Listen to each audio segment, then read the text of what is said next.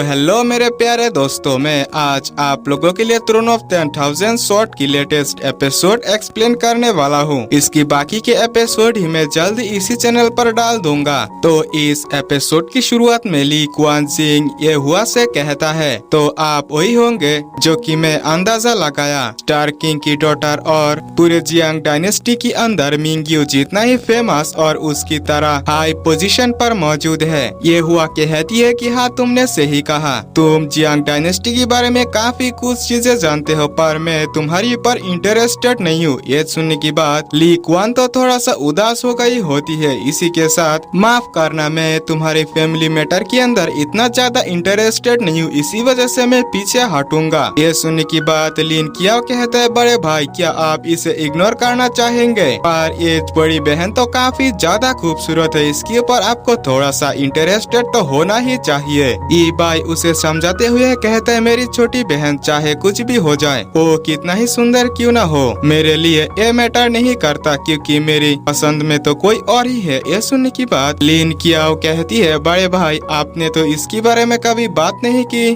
पर वो है कहा? ये सुनने की बात ई भाई कहता है, उसका नाम है जियांग मिंग्यू। ये सुनने की बात ये हुआ कहती है, तुम्हारी पसंद तो काफी अच्छी है, पर मिंग्यू एक काफी टैलेंटेड प्रिंसेस है, मुझे नहीं लगता कि वो तुम्हारे ऊपर घास भी डालेगी। ये सुनने की बात ये भाई कहता है, तो फिर ठीक है, ये उसकी मैटर है कि वो मुझे नोटिस करे या नहीं, पर मैं इसी तरीके से आगे बढ़ता जाऊंगा। ये हुआ भी कहती है, काफी इंटरेस्टिंग, मैं यहाँ से अब जाऊंगी, पर मेरा नाम याद रखना। और वो वहाँ से चली गई होती है। इसके आगे ई भाई अपनी छोटी बहन और ली क्वान से कहता है कि मेरे पास आओ, मेरे पास एक इम्पोर्टेंट चीज मौजूद है। असल में मैं तुम दोनों को कुछ देना चाहती हूँ। और उन दोनों को लेकर सीधा ही बैम्बो फॉरेस्ट की कोर्ट एरिया तक पहुँच जाता है, जहाँ पे कि वो होली लेक के साथ साथ वो हाउस भी मौजूद था। इसे देखने की बाद वो दोनों तो काफी ज्यादा खुश हो चुके होते हैं, क्योंकि उन दोनों को यहाँ पे काफी कम हिस्सा होली लिक्विड मिला था। यहाँ पे इतना सारा होली लिक्विड जो मौजूद था। ई भाई कहता है, तुम दोनों को असल में इसके अंदर नहाना है, जिसकी वजह से तुम्हारी बॉडी क्योर हो जाएंगे और पहले से काफी ज्यादा स्ट्रॉन्ग भी हो जाएंगे। पर वो दोनों तो काफी शौक हो चुका था, इतना सारा बैम्बो स्पिरिट लिक्विड के अंदर नहाना, क्या ये इसकी बर्बादी नहीं होगी? ई भाई समझाते हुए कहता है, इन सभी बातों को इग्नोर करो, मुझे लगता है कि लिन कियाओ को ही इसके अंदर सबसे पहले जाना चाहिए, क्योंकि वो एक लड़की है। पर लिन कियाओ तो इसके अंदर जाना ही नहीं चाहती थी। वो कहती है, बड़े भाई ली को सबसे पहले जाना चाहिए। ई भाई कहता है, मुझे पता है कि तुम काफी ज्यादा टैलेंटेड तो हो, पर इसमें इतना भी देर ना करो कि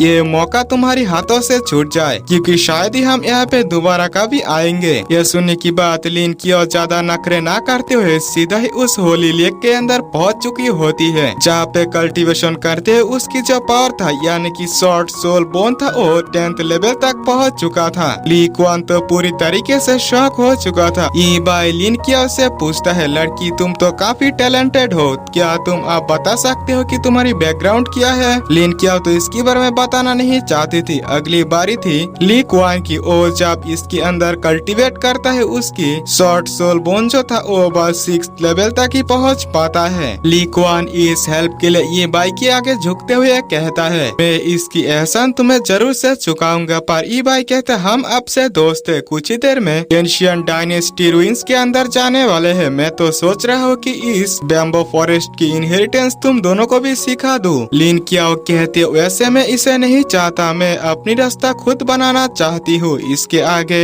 ये भाई कहता है, चाहे रास्ता कोई भी हो, मेरी मास्टर ने मुझे बताया था कि सभी रास्ते एक ही प्लेस पर जाकर रुकती है। वैसे मैं नहीं चाहता कि इसी तरीके की इनहेरिटेंस ऐसे ही डिसअपियर हो जाए, इसी वजह से तुम्हें भी इसे सीख लेना चाहिए। ली क्वान कहता है, तो फिर ठीक है, ताकत मुझे जहाँ से भी मिले हर वो ताकत मैं इकट्ठा करने की कोशिश करूँगा। अब यहाँ से सीन शिफ्ट होता है और हमें रॉयल पैलेस के अंदर मिंग्यू को दिखाई जाती है, जो अपनी कल्टीवेशन कर रही होती है। कुछ ही देर में उसकी कल्टीवेशन भी कंप्लीट हो चुकी होती है, पर तभी कुछ ही देर में वहीं पे ये हुआ भी पहुंच चुकी होती है। यहाँ पे ये हुआ को देखकर वो भी काफी ज्यादा खुश हो चुकी थी। ये हुआ कहती है, प्रिंसेस तो आप पहले से काफी ज्यादा पावरफुल हो चुकी है, मैं उम्मीद करती हूँ कि ऐसा ही चला रहे। प्रिंसेस भी कहती है, तो फिर ठीक है, इन सभी बातों को इग्नोर करो, बताओ कि तुम यहाँ पे किस लिए आए हो? ये हुआ कहती है बस प्रिंसेस की याद आई, मैं यहाँ पे पहुँच गई। अब वो दोनों इसी तरीके से चाय पीते हुए बात करने लगती है। ये हुआ कहती है प्रिंसेस क्या आप बता सकती है एंगेजमेंट से बचने के लिए जब आप बाहर जा चुकी थी तब क्या आपको कोई इंटरेस्टिंग चीज मिली? मिंग्यू कहती है हाँ ऐसा जरूर है। बाहर की दुनिया यहाँ पे रॉयल पैलेस से पूरी तरीके से अलग है। यहाँ से बाहर जाने की बात तो मेरी पावर्स भी पहले से काफी ज्यादा इंक्रीज हो चुकी है। कुछ ही टाइम बाद मैं शॉर्ट किंग स्टेज तक भी पहुँच जाऊंगी। ये हुआ कहती है ऐसा तो होना ही चाहिए क्योंकि आपकी बॉडी के अंदर बचपन से ही 9th स्टेजेस की शॉर्ट सोल बोन मौजूद है। ये नॉर्मल बात है कि आपकी कल्टीवेशन इतना ज्यादा फास्ट है। इसी के साथ कमांडर इंग तो तुम्हें लेकर इतना ज्यादा अपसेट भी नहीं है, तुम उसके खिलाफ जाना क्यों चाहते हैं? यह सुनने की बात प्रिंसेस मिंग्यू कहती है मैं उसे जरा सी भी पसंद नहीं करती और न ही मैं उससे शादी करना चाहती हूँ। ये हुआ कहती है मुझे नहीं पता कि प्रिंसेस आप ऐसा क्यों कर रही है, पर वो जो लड़का है वो काफी अच्छा है, चाहे वो ताकत पे ही क्यों ना हो और चाहे वो फेमिलियर मैटर्स को समझने के बारे में क्यों ना हो, आप उसको इस तरीके से ना नहीं कर सकते। अगर आप उससे शादी करते हैं तो ये काफी अच्छी बात होगी। पर ये सुनने की बात मिंग्यू कहती है बड़ी बहन आपको शायद से नहीं पता,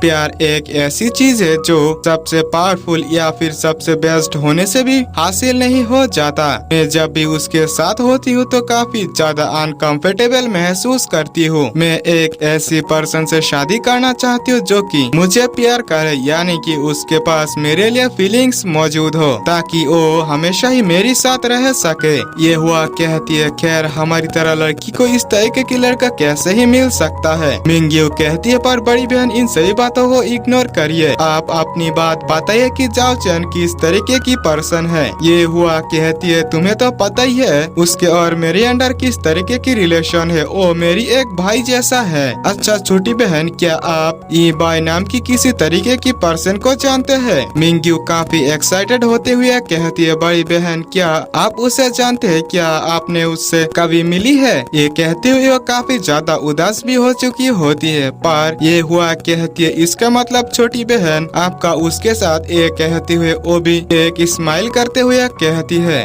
मैं उससे कल ही मिला था, लेकिन उसने कल तो जाओ चैन तक को काफी ज्यादा नाराज कर दिया था, यहाँ तक कि वो मारने पर भी उतर आया। ये सुनने की बात मिंग्यू जाओ चैन के ऊपर काफी ज्यादा एंग्री हो चुकी होती है और वो कहती है बड़ी बहन क्या आप बता सकते हैं कि प्रेजेंट में ई बाई कहाँ पे है? ये हुआ कहती है होली बैम्बो फॉरेस्ट के अंदर। अब यहाँ से सीन शिफ्ट होता है और हमें जाओ चैन को रॉयल पैलेस की एक पर्सन के साथ दिखाया जाता है। वो पर्सन कहता है क्या तुम होली बैम्बो फॉरेस्ट नहीं गए थे, वह की इनहेरिटेंस किसे मिला? जाओ चैन कहता है एक पर्सन को मिल जाए वरना तो वो इनहेरिटेंस मुझे ही मिलना था, खैर मैं उससे बदला जरूर से लूंगा। वो पर्सन कहती है क्या तुम उसकी नाम जानते हो? जाओ चैन कहता है उसका नाम ई बाई है। ये सुनने की बात वो पर्सन काफी ज्यादा गुस्सा हो चुके होते हैं। जाओ चैन कहते हैं क्या बड़े भाई तू उस पर्सन को जानते हो पहले से ही? वो पर्सन कहता है कि मुझे होली बैम्बो फॉरेस्ट पर ले चलो, मैं भी देखना चाहता हूँ कि वो मेरे खिलाफ कहाँ तक पहुँच सकता है। इसी के साथ ये एपिसोड भी यही पे एंड होता है। मेरे प्यारे दोस्तों अगर आप लोगों ने अभी तक चैनल सब्सक्राइब नहीं किया तो प्लीज कर लेना। इसी के साथ वीडियो लाइक जरूर से कर देना।